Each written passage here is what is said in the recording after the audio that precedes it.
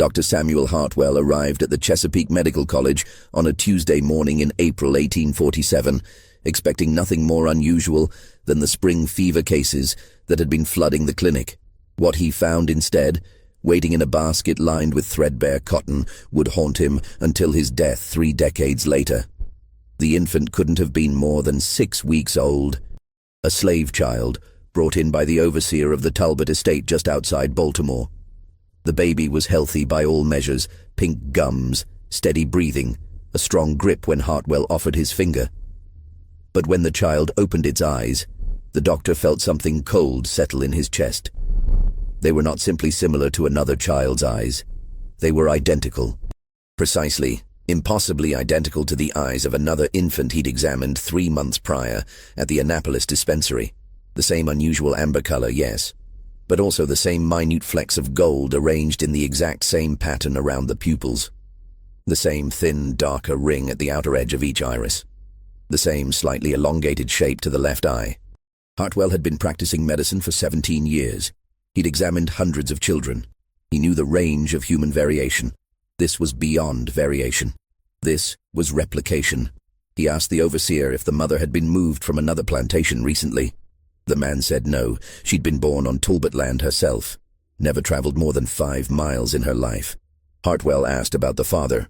The overseer's face hardened, and he said nothing useful. Hartwell pressed, mentioning he'd seen another child with remarkably similar eyes. The overseer left quickly after that, taking the baby with him, saying Dr. Hartwell's services wouldn't be needed after all. That night, Hartwell pulled out his medical journal and found his notes from January. The first infant, a girl, brought in by a midwife from a plantation in Anne Arundel County. He'd made detailed sketches of the unusual eye coloration, noted the patterns. He laid the drawings beside his fresh sketches from that morning. They matched perfectly. 2 babies born on plantations 40 miles apart to mothers who'd never met, somehow possessed the same eyes down to the smallest detail. And if Dr. Hartwell had learned anything in his years practicing medicine in the slaveholding regions of Maryland, it was this. When something impossible kept appearing among the enslaved population, there was always a human explanation. And it was rarely innocent. If you've ever wondered what secrets were kept in the medical records of the antebellum South, the kinds of patterns that doctors noticed but dared not speak aloud, then stay with this story. Because what Dr. Hartwell discovered in the months that followed would force him to choose between his medical ethics and his physical safety. And the choice he made would mean some truths stayed buried for more than a generation. Before we continue, I need to ask you something. If you find this story compelling, if you want to hear more histories that have been deliberately obscured, then subscribe to this channel right now.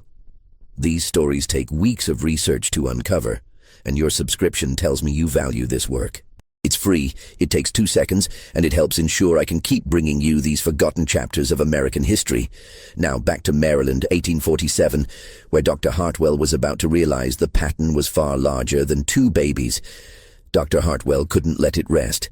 His medical training had instilled in him a compulsion toward understanding, toward finding the mechanism beneath the mystery. That same week, he began writing to colleagues across Maryland, doctors who served plantation populations, who might have encountered similar cases.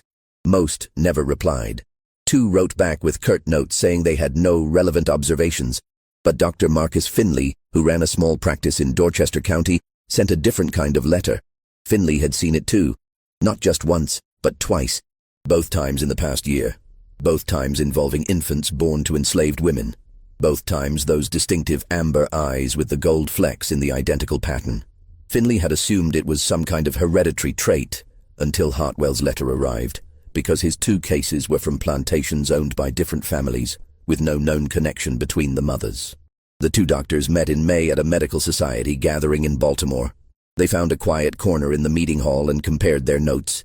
4 children total now, 4 plantations, Talbot, Annapolis, Dorchester, 2 separate estates in Dorchester. No familial connection between the mothers, no shared ancestry that anyone knew of. Hartwell asked the obvious question, could it be the fathers? Finley had already considered this. If one man was traveling between these plantations, fathering children with enslaved women, we might expect to see familial resemblance.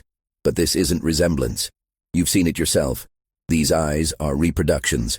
Hartwell suggested they might be dealing with some unknown medical phenomenon, perhaps a rare condition triggered by environmental factors, something in the water or soil particular to Maryland's tidewater region. Finley looked around to make sure no one was listening. Or perhaps, he said quietly, someone is conducting an experiment. The idea seemed absurd at first. But this was Maryland, in 1847, just 18 years before the end of slavery. Medical experimentation on enslaved people was not unknown. Dr. J. Marion Sims, down in Alabama, was already conducting his gynecological surgeries on enslaved women without anesthesia. Dr. Thomas Hamilton in Georgia had been testing heat endurance by placing enslaved men in heated pits. The medical journals occasionally published studies that relied on clinical material that could only have been obtained through enslaved subjects. But eye color? What possible medical knowledge could be gained from attempting to create children with identical eye patterns? Hartwell and Finley decided to expand their inquiry. Over the next 3 months, they contacted every doctor they knew who practiced in Maryland's plantation regions. They were careful in their wording, asking only if colleagues had encountered unusual cases of distinctive ocular characteristics in Negro infants. By August, they had 13 confirmed cases. 13 babies born between November 1846 and July 1847, all with the same impossible eyes. The plantations were scattered across 6 counties: Talbot, Anne Arundel, Dorchester, Queen Anne's, Kent, and Caroline. Some were large tobacco estates. Some were smaller farms. Some plantation owners were wealthy and politically connected. Others were struggling to maintain profitability in Maryland's declining agricultural economy. The only pattern Hartwell and Finley could identify was this. All 13 plantations had purchased slaves within the previous 2 years, and all those purchases had been made through the same Baltimore auction house, Chandler & Sons, located on Pratt Street. Chandler & Sons had operated in Baltimore since 1819. It was one of the largest slave trading firms in Maryland, second only to the notorious Franklin and Armfield operation that shipped thousands of enslaved people to the Deep South. But unlike Franklin and Armfield, Chandler & Sons dealt primarily in local sales, supplying Maryland planters with field hands, house servants, and skilled laborers. The auction house occupied a 3-story brick building with holding cells in the basement and showrooms on the upper floors. Thomas Chandler, the founder, had died in 1842, leaving the business to his 2 sons, William and Robert. By all accounts, they ran a respectable operation, if such a word could apply to the business of selling human beings. Hartwell visited the auction house in late August, posing as a potential buyer interested in acquiring a house servant. He was shown to a waiting room decorated with mahogany furniture and oil paintings of Maryland landscapes, a deliberate attempt to give the place an air of genteel commerce. A clerk eventually brought out a ledger and began describing available stock. Hartwell made some non-committal inquiries, then casually asked if the firm had any breeding women for sale. The clerk's demeanor shifted slightly. He said Chandler & Sons didn't specialize in that particular market, but could make arrangements if the buyer was serious. Hartwell pressed further, mentioning he'd heard that some Maryland planters were quite successful with their breeding programs, producing healthy children with remarkable consistency. Had Chandler & Sons facilitated any such programs? The clerk closed the ledger. He said very politely that Chandler & Sons maintained strict confidentiality regarding their clients' intentions. He suggested that Dr. Hartwell visit another establishment if his interests ran in that direction. The conversation was over. Hartwell left empty-handed but more convinced than ever that Chandler & Sons was the connection point. That evening he met again with Dr. Finley. They reviewed what they knew: 13 infants with identical eyes. 13 plantations that had recently purchased slaves through Chandler & Sons. The purchases had occurred between 1845 and early 1847, roughly 9 to 11 months before the births of the distinctive-eyed children. "They're not selling breeding women," Finley said. "They're selling stud males, men selected or bred specifically to produce children with those eyes." But why? That was the question that neither doctor could answer. What possible advantage would there be in creating children with matching eye patterns?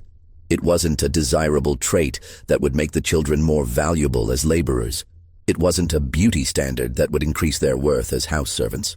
If anything, it was a liability, a distinctive mark that made the children easily identifiable, potentially easier to track if they escaped. Unless that was the point. Hartwell felt sick as the realization formed. Identification, he said. They're marking them, like branding cattle, but biological, permanent. Finley stared at him.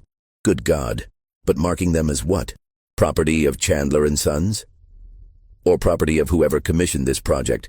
William, if someone wanted to track the offspring of certain enslaved men to maintain records of bloodlines for some purpose, this would be an effective method, far more subtle than physical brands. What purpose could possibly require that level of tracking? Hartwell had no answer, but he knew someone who might. Dr. Lawrence Keating, the chief medical officer at the Chesapeake Medical College. Keating had been practicing in Maryland for nearly 40 years. He'd trained some of the state's most prominent physicians. If anyone had heard rumors about unusual breeding programs or medical experiments involving enslaved populations, it would be Keating. Dr. Keating received Hartwell in his office on a September evening, after the day's teaching was complete. The old professor listened carefully as Hartwell laid out the evidence. The 13 infants, the identical eyes, the connection to Chandler and Sons, the theory about biological marking. When Hartwell finished, Keating was quiet for a long time. Then he rose, went to his door, checked that the hallway was empty, and closed the door firmly. "You need to stop this investigation immediately," Keating said. Hartwell was stunned. "Sir, if there's a systematic program of experimentation occurring—" "Of course there is," Keating interrupted. "Do you think you're the first to notice patterns among the enslaved population? Do you think other doctors haven't seen things that disturbed them? The question is not whether such things occur. The question is whether you want to survive pointing them out." Keating returned to his desk and removed a file from a locked drawer. 3 years ago, a doctor in Virginia named Samuel Cartwright published a paper identifying what he called drapetomania, a supposed mental illness that caused slaves to run away. He claimed it could be prevented through proper management and, if necessary, medical intervention. The paper was absurd, scientifically bankrupt, an insult to medicine. But it was published in a major journal, and Cartwright received appointments and honors for his work. "I don't understand what—" "The point, Samuel, is that the medical establishment in the South is deeply invested in maintaining certain fictions about the enslaved population, and certain truths are not permitted to surface. Do you understand what I'm telling you?" Hartwell felt anger rising. "That we should ignore evidence of human experimentation because it's politically inconvenient? I'm telling you that doctors who ask too many questions about what happens on plantations have a tendency to lose their practices. Or worse." Keating opened the file. Dr. Edmund Foster in South Carolina published a paper in 1839 questioning the ethics of medical testing on enslaved subjects. His clinic was burned down 6 months later, never practiced again. Dr. Nathan Price in Georgia testified at a trial that injuries to an enslaved child were inconsistent with an accident, implying abuse. He was found beaten half to death in an alley 2 weeks later, survived but left the state. Dr. James Whitfield, right here in Maryland, Dorchester County, started asking questions about mortality rates among enslaved children on certain estates. His medical license was revoked on trumped-up charges of incompetence. Died in poverty. Keating closed the file. "The institution of slavery is sustained by agreements, Samuel, spoken and unspoken. One of those agreements is that certain things are not examined too closely.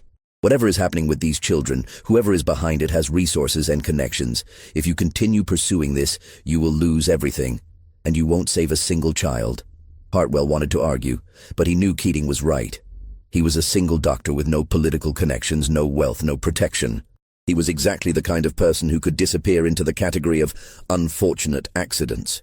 But the scientific part of his mind still needed to understand. "Can you at least tell me if you've heard anything? Rumors about what might be happening?" Keating sighed. "There are always rumors about breeding programs designed to produce stronger laborers, about medical studies tracking heredity and racial characteristics, about wealthy men funding research into human reproduction. Some plantation owners fancy themselves natural philosophers, conducting experiments in selective breeding the way English lords breed hunting dogs. But it's all rumors, Samuel, nothing that could be proven in court. Nothing that would matter, even if it could be." "And the eyes? Have you heard anything specific about attempts to manipulate eye color?" Keating hesitated. "There's a doctor, practices in Baltimore, but quietly, not affiliated with any hospital or college. Name is Theodore Cross. Educated in Europe, Germany, I believe. Came to Maryland about 6 years ago.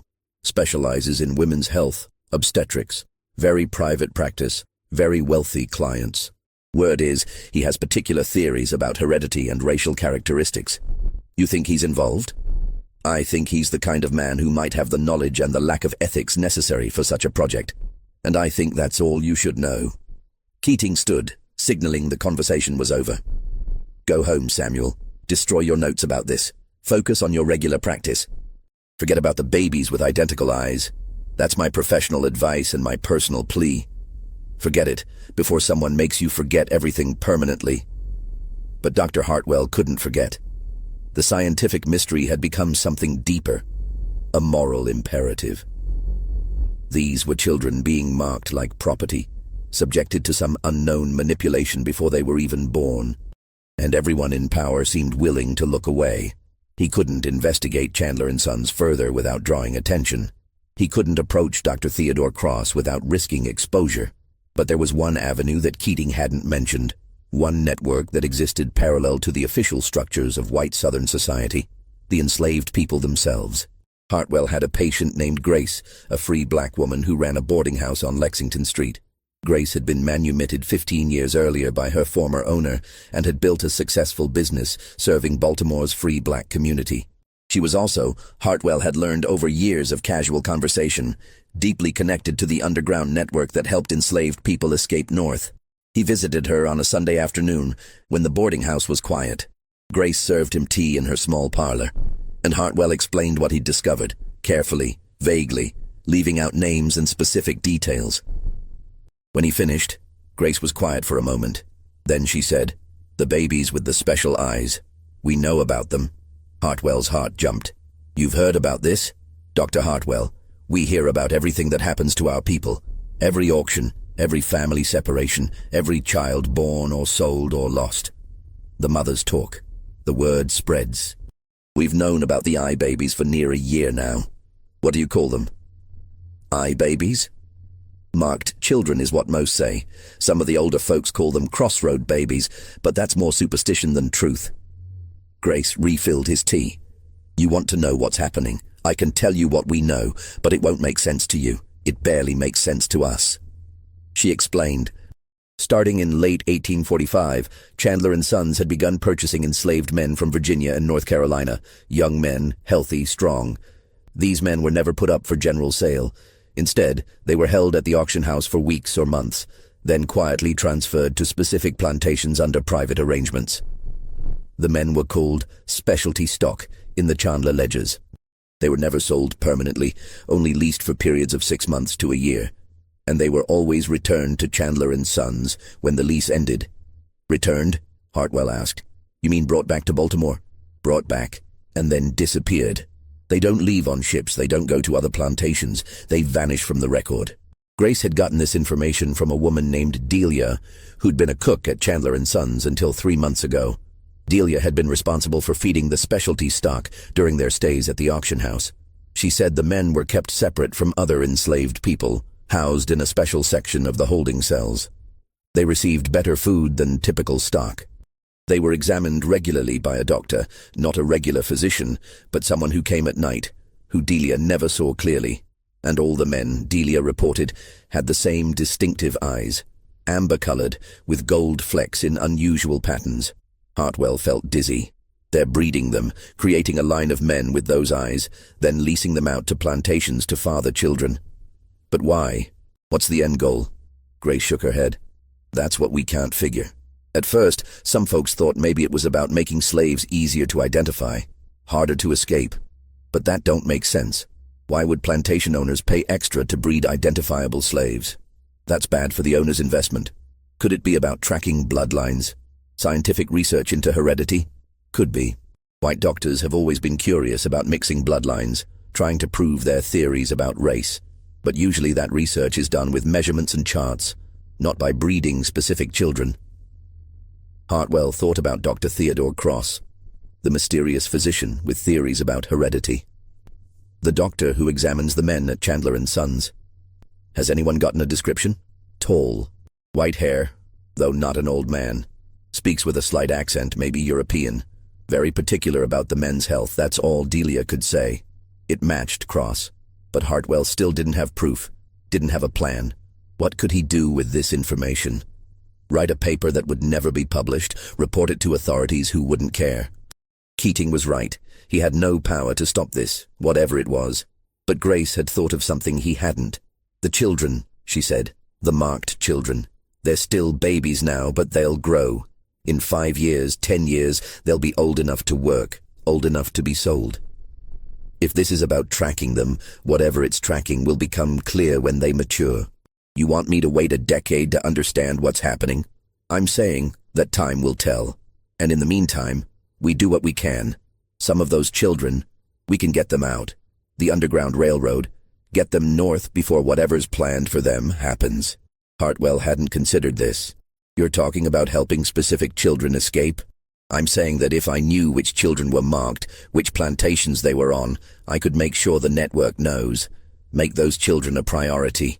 It won't save all of them, but it might save some. I want to pause here for a moment. If this story is troubling you, if you're feeling the weight of what these people faced, leave a comment below. Tell me what you're thinking.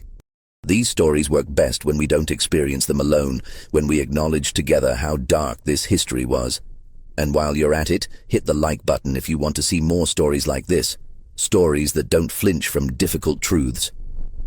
Now, back to 1847, where Dr. Hartwell was about to make a decision that would define the rest of his life. Over the next 2 months, Hartwell did something he never thought he would do. He became a criminal. Not in his own mind. In his mind, he was upholding a higher law, the physician's duty to prevent harm. But in the eyes of Maryland law, he was engaged in theft and conspiracy. He used his position as a doctor to gain access to plantation records.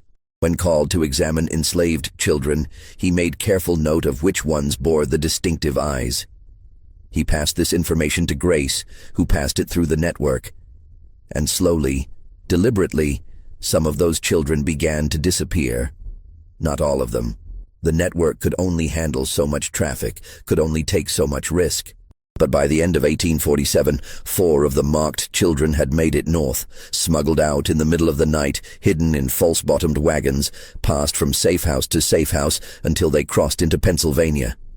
Hartwell told himself he was doing the right thing. But he couldn't shake the feeling that he was treating symptoms rather than disease, that the real problem was still operating unchecked. Then, in January 1848, Dr. Marcus Finley disappeared. Finley had been the other doctor investigating the marked children, the one who'd first confirmed Hartwell's observations. They'd stayed in touch through the autumn, though Hartwell had tried to convince Finley to drop the investigation after his conversation with Dr. Keating. Finley had refused, said he was close to finding solid proof of what was happening. The last letter Hartwell received from Finley was dated January 8, 1848. It was brief and cryptic. Samuel, I've located patient records from Cross. Meeting someone tomorrow who has access to his private files. This is bigger than we thought. We'll write with full details once I've seen the documents. M.F. There were no further letters. Hartwell sent 3 inquiries to Finley's office in Dorchester County, received no response. Finally, in late January, he traveled to Dorchester himself. Finley's clinic was closed, the building empty.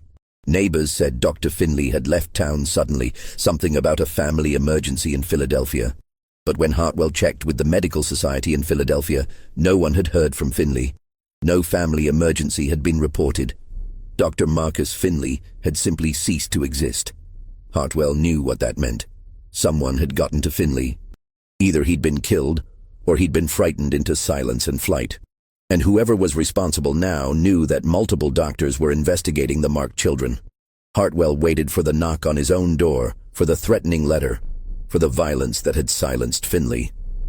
But weeks passed, then months, and nothing happened. His practice continued normally. No one questioned him. No one threatened him. He realized why in March, when he saw Grace again. She told him the underground network had heard word. Dr. Finley had gotten too close, started asking questions directly of people connected to Chandler and Sons. He'd been warned, ignored the warning, and been forcibly removed. But Hartwell was being left alone because he'd been more careful, because his inquiries had been more discreet. They don't want a pattern of dead doctors, Grace explained. One disappearance is unfortunate. 2 is a conspiracy. As long as you stay quiet, as long as you don't push too publicly, they'll leave you be. It was a threat disguised as mercy. Shut up, or join Finley. Hartwell shut up. He stopped his investigation. He destroyed his notes, exactly as Dr. Keating had advised. He continued helping marked children escape when he could, but he stopped asking questions about the broader program. And for 2 years, that was enough. The marked children kept being born. Grace's network estimated at least 30 by the end of 1849, but Hartwell focused on what he could control, which was saving individual lives rather than exposing systemic evil. Then he met Judith. Judith arrived at Hartwell's clinic on a May evening in 1850, brought by Grace. She was a young woman, maybe 22, with a deep scar across her left forearm and eyes that had seen too much. She was also 8 months pregnant. "This is the one I told you about," Grace said quietly. "She has something you need to hear." Judith had been enslaved on a plantation in Queen Anne's County, one of the estates that had leased specialty stock from Chandler and Sons. The man had been named Peter, tall, strong, with those distinctive amber eyes. He'd been brought to the plantation in March 1849 with explicit instructions from the owner. Peter was to be matched with Judith. "Matched?" Hartwell asked, though he knew what it meant. "Forced together," Judith said flatly. "Not asked. Told. The master said Peter was valuable stock. Said I should be grateful to bear his child. Said the baby would be special." She'd gotten pregnant quickly. Peter had remained on the plantation for 3 months, then was taken back to Baltimore. Judith never saw him again. But she heard things, from other enslaved people, from house servants who overheard conversations, from the whisper network that carried information across counties. Peter, she learned, had fathered at least 6 other children on different plantations over the previous 2 years. All the mothers had been young, healthy, and light-skinned. All the children had been born with the same distinctive eyes. "But there's more," Judith said. "The children don't stay with their mothers. Soon as they're weaned, they're taken. Sold, the masters say, but not at regular auctions. They go somewhere specific." Hartwell's blood went cold. "Where?" "I don't know exactly. But I heard the overseer talking once. He was drunk, bragging to another white man about how much money he'd made from the special babies. Said there was a school, a place where they raised children for particular purposes. Said it was an experiment, something about proving theories about racial mixing and intelligence. A school. An experimental facility raising children bred for specific characteristics. The pieces were starting to form a terrible picture. Hartwell asked if Judith knew where this school was located. She didn't, but said the overseer had mentioned Western Maryland, somewhere in the mountains, isolated. "Why are you telling me this?" Hartwell asked. "Why trust me?" Judith met his eyes. "Because Grace says you're helping children escape. And I want my baby out before they come to take her. I can feel it's a girl, and I won't let them have her for their experiments," Grace explained.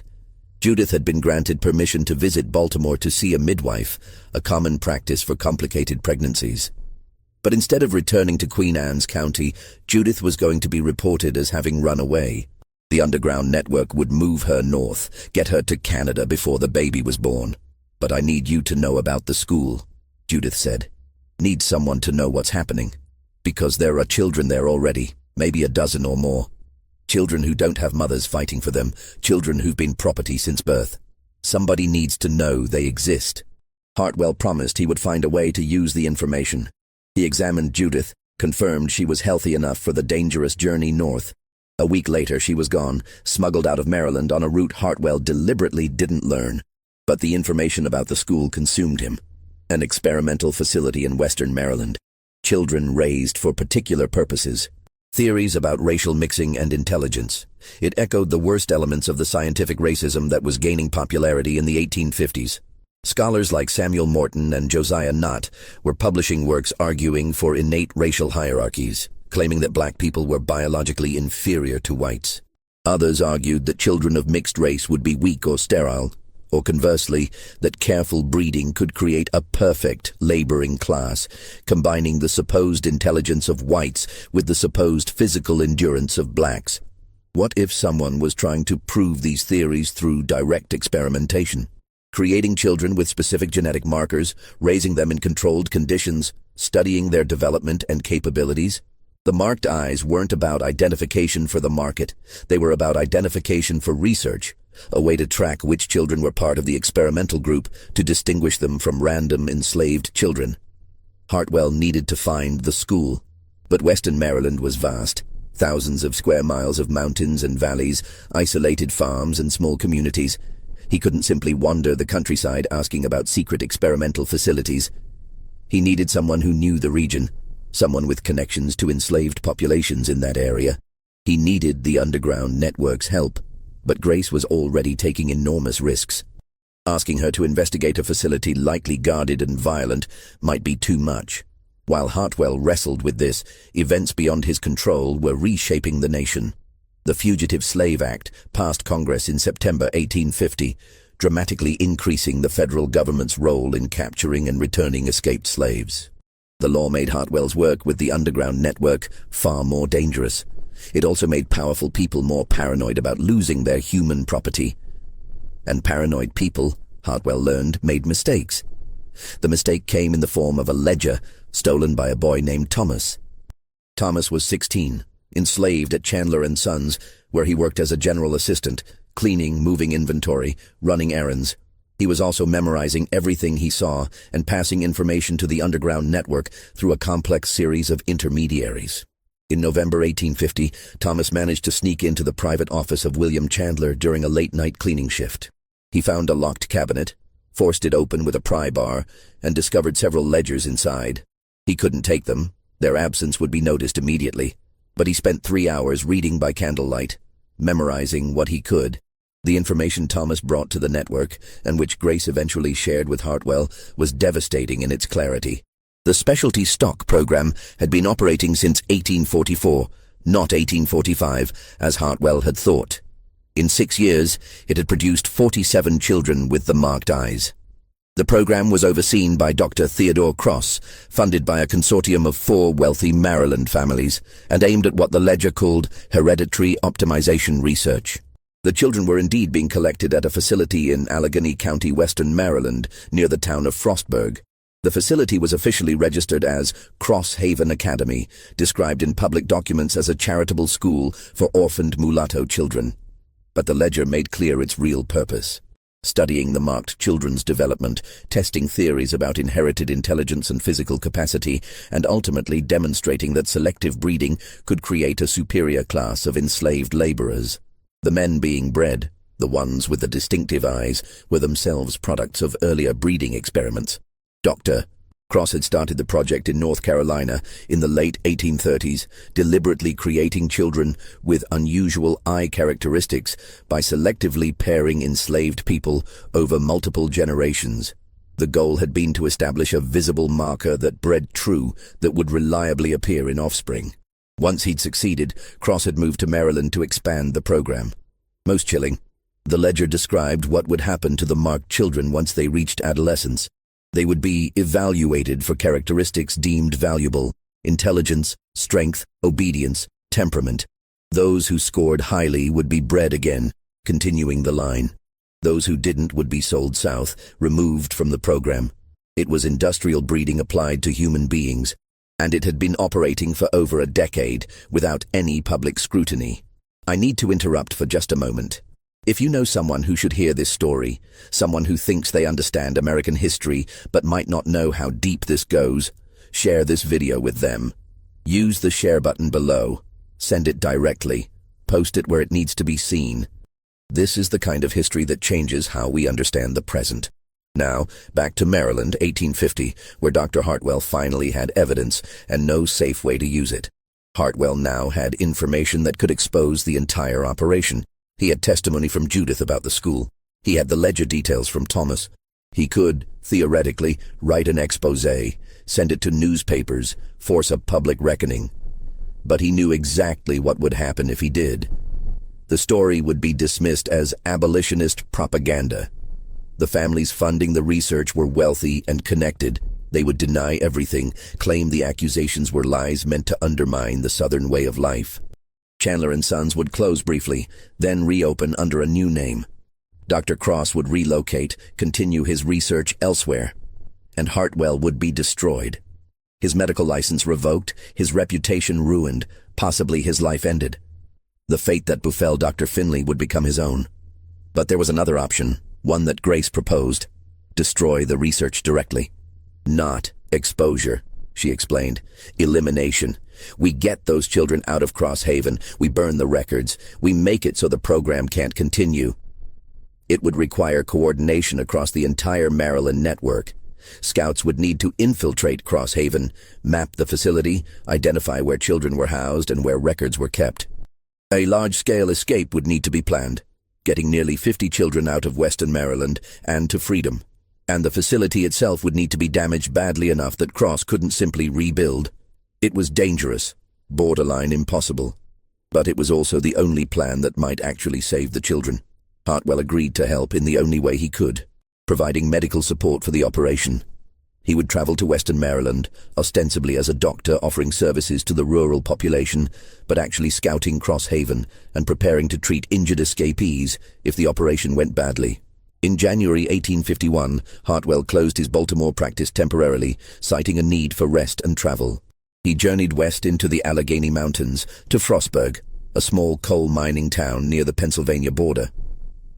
Crosshaven Academy sat 3 miles outside town, at the end of a long dirt road.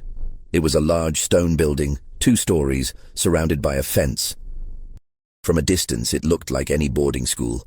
Windows with curtains, a bell tower, a yard where children played during supervised hours. Hartwell posed as a traveling physician and made inquiries in Frostburg. The townspeople knew about Crosshaven, spoke of it as a charitable endeavor, a place where orphaned, colored children received education and vocational training. Dr. Cross, they said, was a generous man, a visionary who believed in the uplift of the colored race through proper guidance.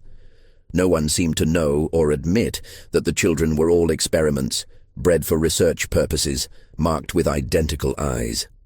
Hartwell managed to visit Crosshaven once, claiming he wanted to offer his medical services to the school. He was received politely by an administrator named Mrs. Fletcher, who gave him a carefully controlled tour. He saw children in classrooms, learning basic literacy and arithmetic. He saw others in a workshop, practicing carpentry and sewing. Everyone looked healthy, well-fed, adequately clothed, but he also noticed things that troubled him. The children never spoke unless spoken to, moved in rigid lines, showed none of the natural energy and chaos of normal childhood.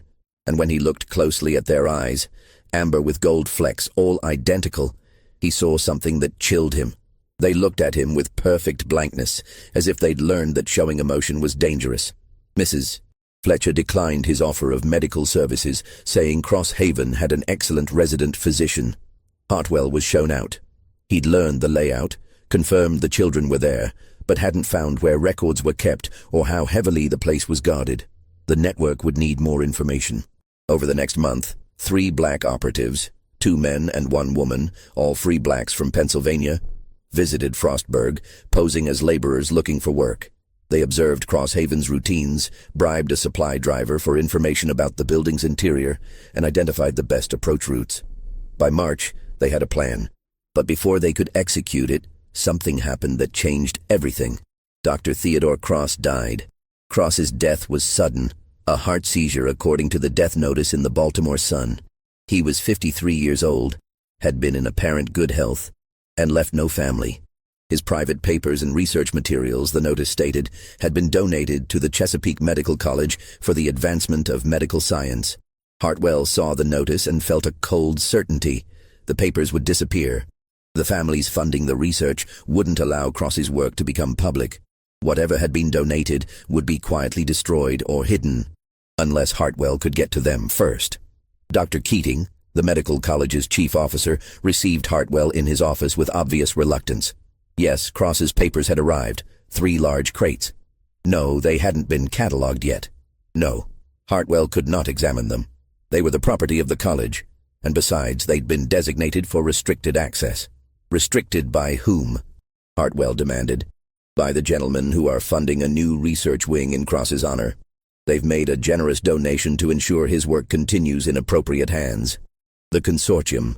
They were buying the college's cooperation, ensuring Cross's research remained controlled and secret. Hartwell left Keating's office furious and helpless. But that evening, he received an unexpected visitor. Thomas, the young man who'd stolen the ledger information from Chandler and Sons. Thomas had escaped. After providing the ledger details to the network, his position had become too dangerous. He'd been smuggled north in December and was now legally free in Pennsylvania. But he'd come back to Maryland for a specific purpose. "I heard about Dr. Cross dying," Thomas said. "Heard about his papers going to the medical college. I know where they're keeping those crates." Thomas had worked at the college 2 years prior, doing maintenance. He knew the building's layout, knew that restricted materials were stored in a locked basement archive room. And he knew how to get in. "You want to steal them," Hartwell said. "I want to expose them. Papers like that, they need to see daylight. But I can't read well enough to know what's important." "You can. So we go together." It was insane. Hartwell would be caught, arrested, jailed. His medical career would end in disgrace. But he thought about the children at Cross Haven, about the decades of experimentation, about Dr. Finley's disappearance and Judith's scarred arm, and the 47 babies marked like livestock. "When?" he asked. "Tonight. College is empty on Saturday nights, just one watchman, and I know his route." They went at midnight. Thomas picked the lock on a rear entrance. Hartwell followed him through dark hallways to the basement archive. Thomas picked another lock. He was disturbingly skilled at this, and they were in. 3 crates exactly as Keating had described. Hartwell and Thomas worked by the light of a shuttered lantern, pulling out files and documents, looking for anything that explained the full scope of Cross's work. Most of it was scientific: breeding charts, heredity tables, measurements, and observations about the marked children's development. But deeper in the second crate, Hartwell found something else. Correspondence. Letters between Cross and the 4 families funding his research. Letters discussing the program's goals, its challenges, its successes.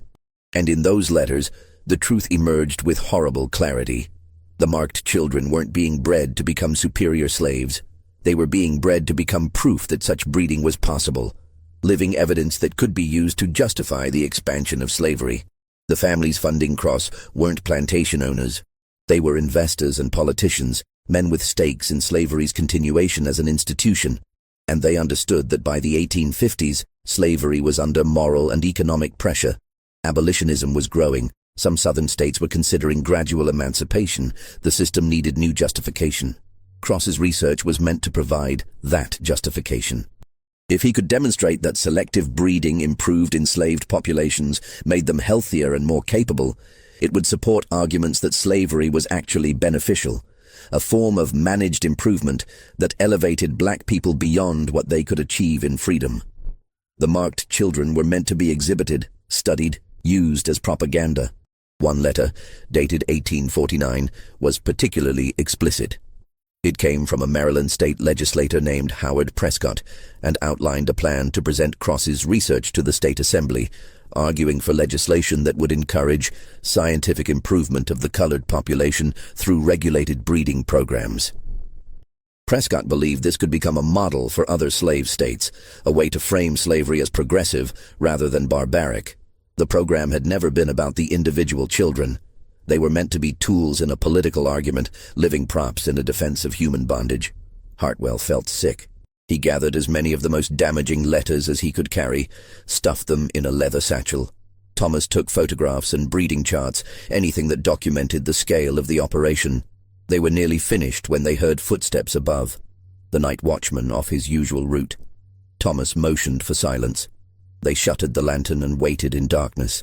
The footsteps came closer, reached the top of the basement stairs, paused. Hartwell's heart hammered.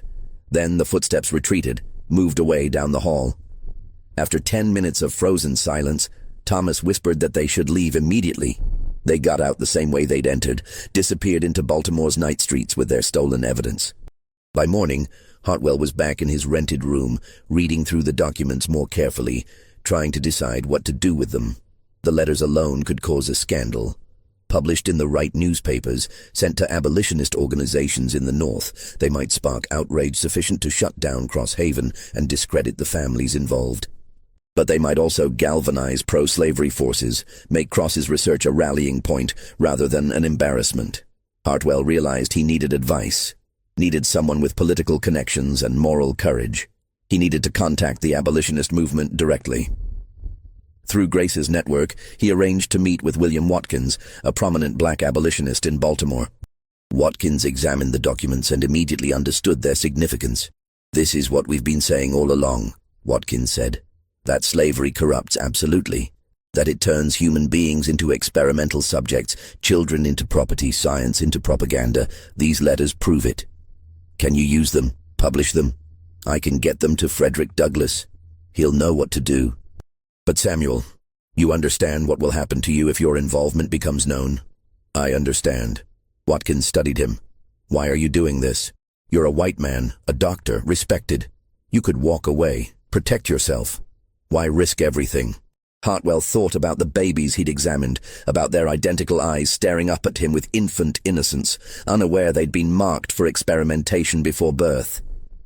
"Because someone has to," he said, "and I was in a position to know." The documents reached Frederick Douglass in April 1851. Douglass was, by that time, one of America's most famous abolitionists, a formerly enslaved man whose writings and speeches had made him a national figure. He understood immediately how to deploy the stolen evidence. Rather than publish the documents directly, which would allow Cross's defenders to claim forgery or distortion, Douglass used them to guide a deeper investigation. He contacted allies in Maryland's small abolitionist community, hired investigators to verify the claims, and built an irrefutable case. In June 1851, the Baltimore American published a series of articles exposing Cross Haven Academy as an experimental breeding facility.